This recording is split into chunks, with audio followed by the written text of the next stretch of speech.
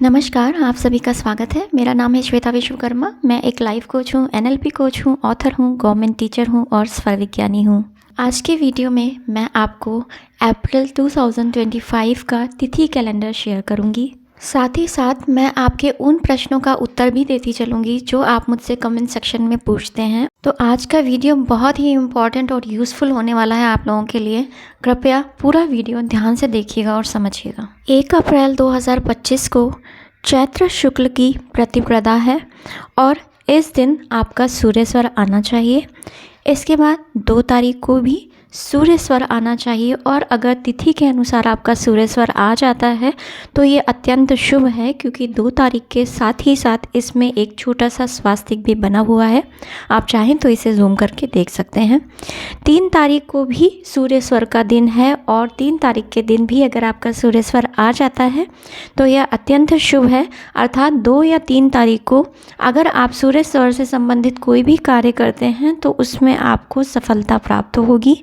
सूर्य स्वर के कार्यों के बारे में एक विस्तार में वीडियो बना हुआ है, अगर आपने अभी तक नहीं देखा है तो प्लेलिस्ट में जाकर के सूर्य स्वर के कार्य लिखकर जैसे ही सर्च करेंगे मेरे चैनल का नाम डाल करके पूरा वीडियो आपके सामने ओपन हो जाएगा। और अगर आपने मुझे सब्सक्राइब कर रखा होगा तो ढूंढना और भी ज़्यादा आसान होगा।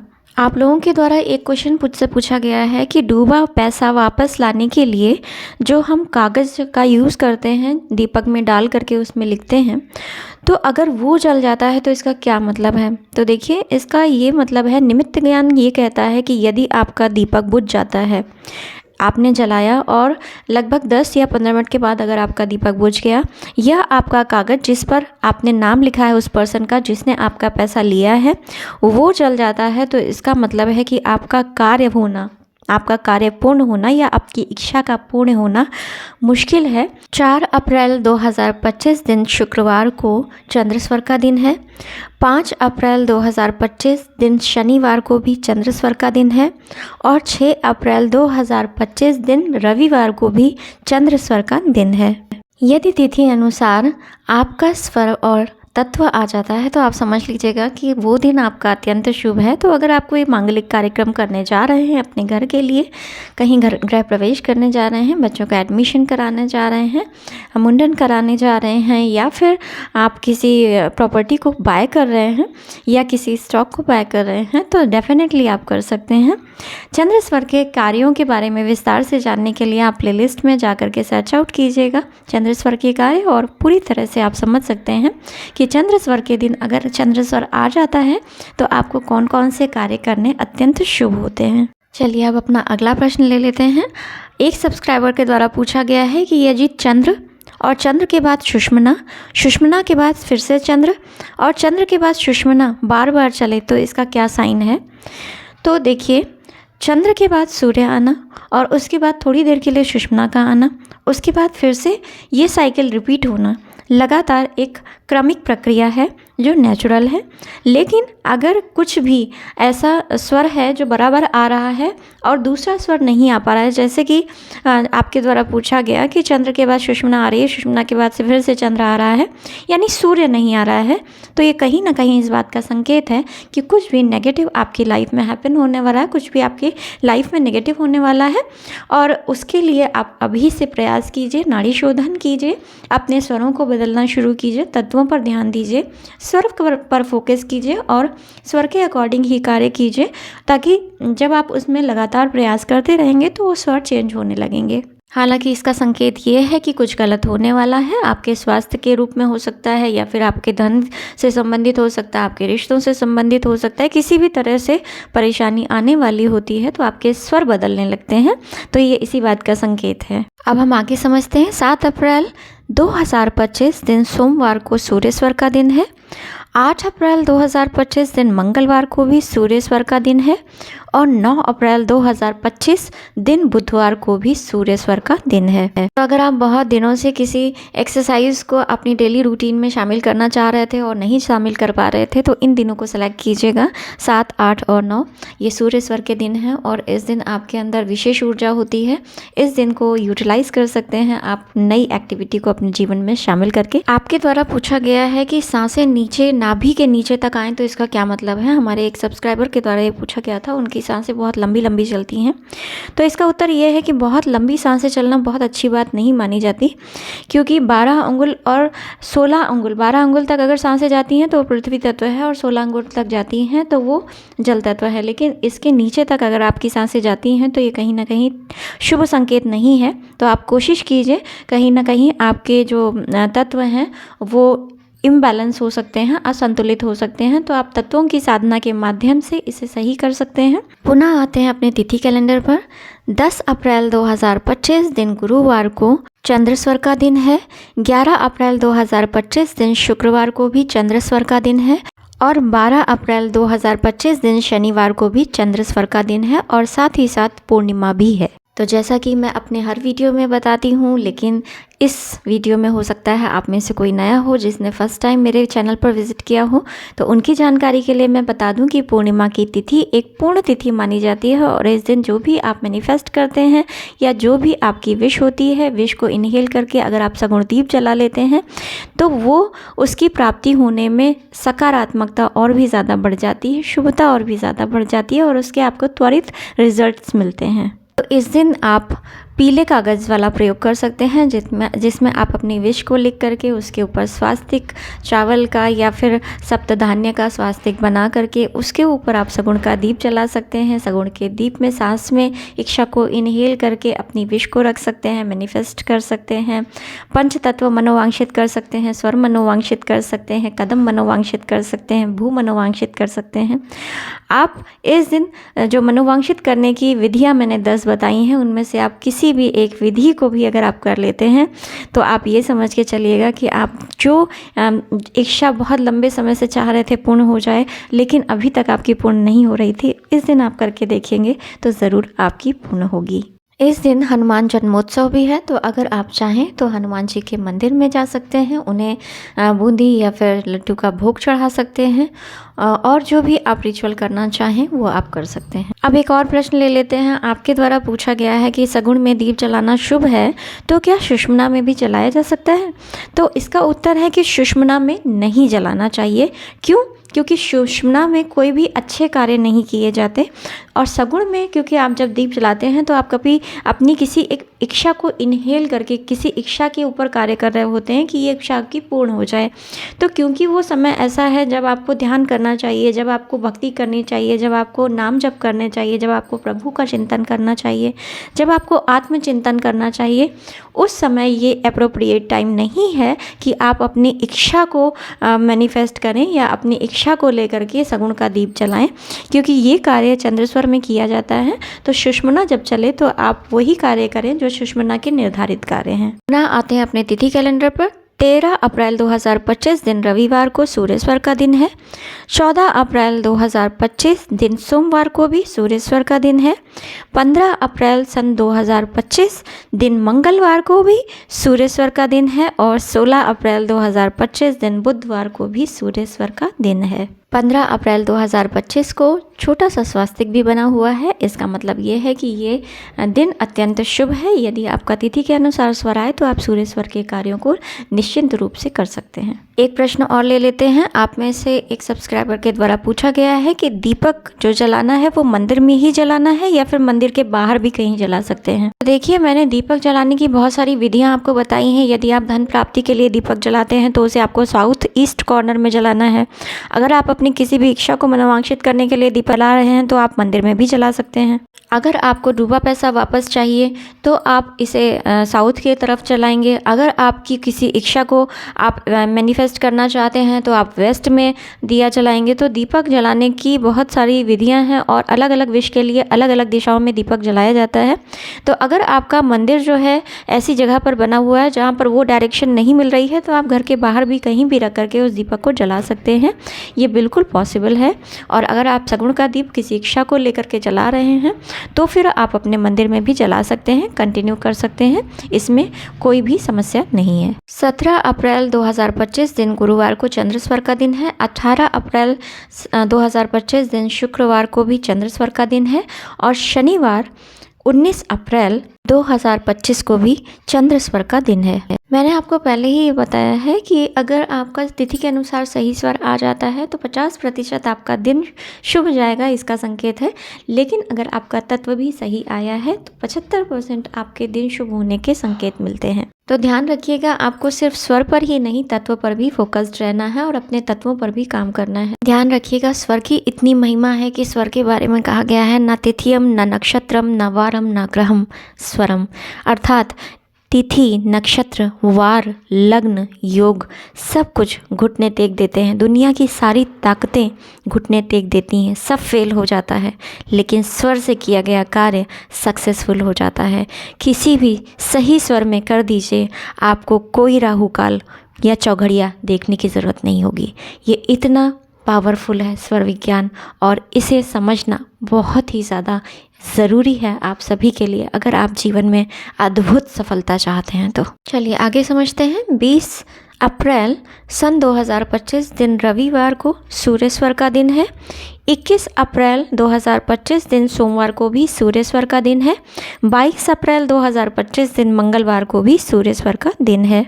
एक और प्रश्न ले लेते हैं। आप में से एक सब्सक्राइबर के द्वारा पूछा गया है कि सगुण का जो दीपक है वो किस प्लेस पर और किस टाइम जलाना चाहिए। तो देखिए, जैसे कि मैंने आपको पहले ही बताया है कि सगुण का दीप कई तरीक़ों से और कई विश के लिए अलग अलग जलाया जाता है।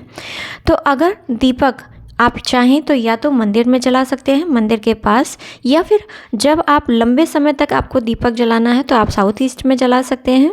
जब आप प्रॉफिट के लिए दीपक जलाना है आपको या मनोवांछित करना है तो कहाँ जलाएंगे? साउथ ईस्ट में, यानी कि आग्नेय कोण में। मन की इच्छाओं को पूरा करने के लिए आपको वेस्ट डायरेक्शन यानी कि पश्चिम दिशा में दीपक को जलाना चाहिए।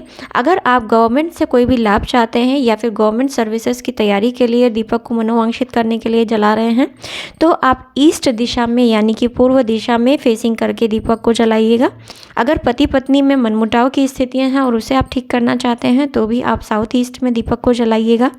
अगर आप बिजनेस में ग्रोथ चाहते हैं तो आपको देशी घी का दीपक जलाना है और ये साउथ ईस्ट दिशा में आपको जलाना है। अगर आप डूबा पैसा वापसी के लिए सगुण कर रहे हैं और आपको दिशा नहीं समझ आ रही है तो आप इसे वेस्ट डायरेक्शन में रखेंगे और तेल का दीपक जलाएंगे शनि के डायरेक्शन में रख करके। कर्ज मुक्ति और डूबा पैसा दोनों ही आपको वेस्ट डायरेक्शन में सगुण में दीप जलाना चाहिए। पुनः आते हैं अपने तिथि कैलेंडर पर। 23 अप्रैल 2025 दिन बुधवार को चंद्रस्वर का दिन है। 24 अप्रैल 2025 दिन गुरुवार को भी चंद्रस्वर का दिन है। 25 अप्रैल 2025 दिन शुक्रवार को भी चंद्रस्वर का दिन है। चलिए अब एक प्रश्न और ले लेते हैं। आप में से एक सब्सक्राइबर के द्वारा पूछा गया है कि which nostril and which direction is best for which manifestation, यानी कि कौन सी स्वर और कौन सी दिशा को बेस्ट माना गया है मैनिफेस्टेशन के लिए और किस प्रकार के मैनिफेस्टेशन के लिए। तो इसका उत्तर यह है कि जितने भी वेल्थ से रिलेटेड, जितने भी मनी से रिलेटेड, जितने भी समृद्धि से रिलेटेड मैनिफेस्टेशंस हैं वो आप जो डूबा पैसा है ये सब आपको वेस्ट डायरेक्शन में फेस करके करना चाहिए। अगर आप हेल्थ से रिलेटेड कोई मैनिफेस्टेशन आप कर रहे हैं तो आपको ईस्ट डायरेक्शन यानी पूर्व दिशा की ओर मुख करके करना चाहिए। अगर आप बिजनेस से रिलेटेड कोई मैनिफेस्टेशन कर रहे हैं तो आपको नॉर्थ डायरेक्शन यानी उत्तर दिशा की ओर फेस करके करना चाहिए क्योंकि ये वो कुबेर की दिशा मानी जाती है। अगर आपके पास कोई हेल्थ चैलेंज है तो आप पूर्व दिशा के साथ ही साथ साउथ डायरेक्शन को भी कंसीडर कर सकते हैं यानी कि दक्षिण दिशा को भी, क्योंकि आयु कम करने वाले और आयु को देने वाले कौन है? यम। और यम का दीपक हम किधर जलाते हैं? साउथ में। तो अगर आपके घर में पूर्व दिशा कटी हुई है और या आप किसी भी वजह से पूर्व की ओर मुख करके नहीं कर पा रहे हैं तो अगर आप अपने हेल्थ के लिए मैनिफेस्ट करना चाहते हैं तो आप दक्षिण की ओर मुख करके भी कर सकते हैं। पुनः आते हैं अपने तिथि कैलेंडर पर। 26 अप्रैल सन 2025 दिन शनिवार को सूर्य स्वर का दिन है। 27 अप्रैल सन 2025 दिन रविवार को भी सूर्य स्वर का दिन है और इस दिन अमावस्या भी है। तो इस दिन आप अमावस्या के रिचुअल कर सकते हैं। अमावस्या के या पूर्णिमा के रिचुअल्स क्या हैं वो ऑलरेडी मैं वीडियो अपलोड कर चुकी हूँ, आप उन्हें देख कर समझ सकते हैं। इस दिन आप काले कागज, काले दीपक, काले बाती वाला उपाय कर सकते हैं। इस दिन आप अपने घर की शुद्धता के लिए और सकारात्मकता के लिए पीली सरसों वाला जो मैंने उपाय बताया था उसे आप कर सकते हैं। पितरों को ध्यान करके हवन, यज्ञ, अन्नदान या फिर जलदान भी आप कर सकते हैं। इस दिन अगर आप चाहें तो नाम जप कर सकते हैं। इस दिन नाम जप का विशेष महत्व होता है। आप पूरे दिन अपने इष्ट के किसी भी एक मंत्र को लेकर के चैंट कर सकते हैं, जैसे ओम नमो भगवते वासुदेवाय या हरे कृष्ण राधे राधे या फिर सीताराम सीताराम, जो भी आप चाहें वो आप कर सकते हैं, लेकिन अवश्य करें। अब आगे समझते हैं। 28 अप्रैल 2025 दिन सोमवार को चंद्रस्वर का दिन है। 29 अप्रैल 2025 दिन मंगलवार को भी चंद्रस्वर का दिन है और 30 अप्रैल 2025 दिन बुधवार को चंद्रस्वर का दिन है और साथ ही साथ में अक्षय तृतीया भी है। 28 अप्रैल को एक छोटा सा स्वास्तिक बना हुआ है, अर्थात ये अत्यंत शुभ है। अगर 28 अप्रैल को ही आपका चंद्रस्वर आ जाता है और सही तत्व आ जाता है तो कोई भी शुभ मांगलिक कार्य को आप कर सकते हैं। जैसा कि मैंने आपको बताया कि 30 अप्रैल 2025 को चंद्रस्वर के साथ ही साथ अक्षय तृतीया का भी दिन है और अक्षय तृतीया मानी जाती है अक्षय, यानी कि इस दिन जो भी आप दान पुण्य करते हैं या फिर जो भी आप लाते हैं उसका जो इफ़ेक्ट है वो अक्षय होता है, यानी कि सालों साल उसमें वृद्धि होती जाती है। इसीलिए इस दिन सोने या चांदी की खरीदारी की जाती है। तो अगर आप चाहें तो शुभ मुहूर्त को देख करके आप अपने घर में भी ऐसी कोई भी चीज़ ला सकते हैं जो आप चाहते हैं कि सालों साल जिसमें वृद्धि होती रहे। दीपावली की तरह ही इस तिथि का विशेष महत्व है। तो अगर आप इस दिन माँ लक्ष्मी के लिए जो प्रिय वस्तुएं माँ लक्ष्मी की हैं उनमें से भी कोई एक लाना चाहें तो ला सकते हैं, जैसे धनिया है या फिर आप पीली हल्दी ला सकते हैं, पीली कौड़ी ला सकते हैं, लक्ष्मी कौड़ी ला सकते हैं, श्रीयंत्र ला सकते हैं। इस दिन आप लघु नारियल ला सकते हैं, श्रीफल ला सकते हैं। तो इन सारी चीज़ों को भी आप ला सकते हैं। माँ लक्ष्मी के जो मंत्र हैं उन्हें भी अगर आप पूरे दिन भर चैंट करते हैं या माँ लक्ष्मी के हवन करते हैं, माँ लक्ष्मी के मंदिर जाते हैं, उन्हें भोग चढ़ाते हैं, तो ये भी अति शुभ है। अब एक अंतिम प्रश्न ले लेते हैं। आपके द्वारा पूछा गया है कि अगर जिनसे पैसा वापस चाहिए वो अलग अलग डायरेक्शन में रहते हैं तो फिर दीप कैसे जलाना है। तो देखिए, अगर आप जानते हैं कोई व्यक्ति कहाँ रहता है तब तो उसी दिशा में बाती को रख करके जलाना है आपको। लेकिन अगर 3 से 4 लोग हैं और उनके डायरेक्शंस अलग अलग हैं तो आप सिंपली गोल बाती लीजिए जिसका मुख ऊपर की तरफ होता है और उसे जला दीजिए और सगुण में जलाइए अपनी इच्छा को इनहेल करके वेस्ट डायरेक्शन में, और आप देखेंगे कि आपको उसके परिणाम विदिन 2 से 4 आवर्स के बाद ही आपके दीपक के द्वारा मिल जाएगा।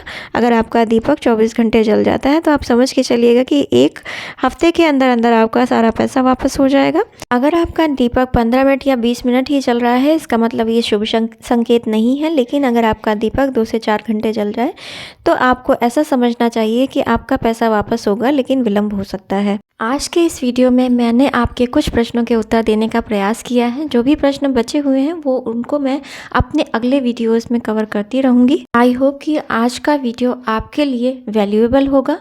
वीडियो अच्छा लगा हो तो लाइक करके मोटिवेट कीजिएगा, शेयर कीजिएगा, ताकि सब तक ये जानकारी स्प्रेड हो और सभी स्वर विज्ञान के महत्व को समझ सकें।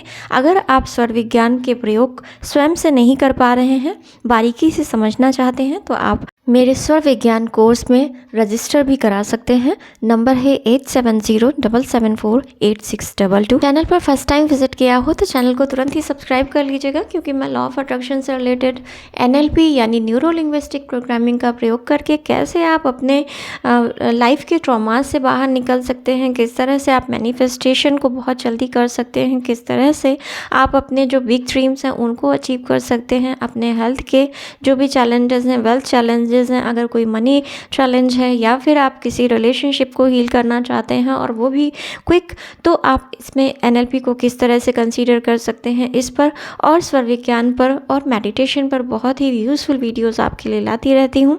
बेल आइकन को हिट कर दीजिएगा ताकि जो भी मैं वीडियोस अपलोड करूँ उनकी नोटिफिकेशंस मिले आपको सबसे पहले और आप सबसे पहले उन्हें देखकर लाभ ले सके। 30 मार्च 2025 को गुड़ी पड़वा अर्थात हिंदू नववर्ष का प्रारंभ है और इस दिन सही स्वर और सही तत्व का आना आपके पूरे वर्ष की शुभता को दिखाता है।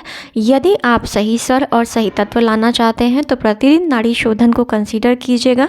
नाड़ी शोधन का पूरा वीडियो मैंने ऑलरेडी अपलोड कर दिया है। अगर आप लोगों ने नहीं देखा है तो उसे प्लेलिस्ट में जाकर के सर्च कर लीजिए और डेली अभी से करना शुरू कर दीजिए ताकि आपका 30 मार्च को सही स्वर और सही तत्व आए। गुड़ी पड़वा के दिन किस तरह से आपको सोकर उठना है, किस तरह से ज़मीन पर पैर रखने हैं, किस तरह से स्वर सही नहीं आए तो उसे चेंज करना है, किस तरह से तत्व सही नहीं आए तो उसे चेंज करना है, इस पर भी एक विस्तृत वीडियो मैं ऑलरेडी अपलोड कर चुकी हूँ। अगर आप चाहें तो प्लेलिस्ट में जाकर के चेक कर सकते हैं, सर्च कर सकते हैं और समझ सकते हैं। स्वर विज्ञान से मेरे जीवन में बहुत ही अच्छे परिवर्तन मैंने देखे हैं, इसलिए मैं आप सभी को ये रिकमेंड करना चाहती हूँ कि स्वर विज्ञान का कोर्स ज़रूर कीजिए। यदि आप वर्किंग हैं और समय नहीं निकाल पा रहे हैं ऑनलाइन इसे करने के लिए, तो आप मेरी रिकॉर्डिंग्स के साथ भी जा सकते हैं। इसकी पूरी क्लासेस जो मैं ऑनलाइन देती हूँ, इसकी रिकॉर्डिंग मैं आपको प्रोवाइड कराऊँगी और इसकी फ़ीस भी कम है। तो अगर आप उसमें इंटरेस्टेड हैं तो आप जो नंबर अभी मैंने आपको बताया है इस पर कॉल करके या फिर व्हाट्सएप करके आप इसके बारे में पूरी जानकारी ले सकते हैं। आप सभी के लिए मेरी प्रार्थना है कि इस गुड़ी पड़वा पर यानी कि 30 अप्रैल को मेरा और आप सभी का सही स्वर आए, सही तत्व आए, जिससे हम अगले पूरे वर्ष भर बहुत ही खुशियों के साथ, सुख के साथ और धन संपत्ति का अर्जन करते हुए, उत्तम स्वास्थ्य को जीते हुए एक शानदार जीवन जिए। इन्हीं शुभ मंगल वचनों के साथ मैं अपनी वाणी को यहीं विराम देती हूँ। हरे कृष्ण।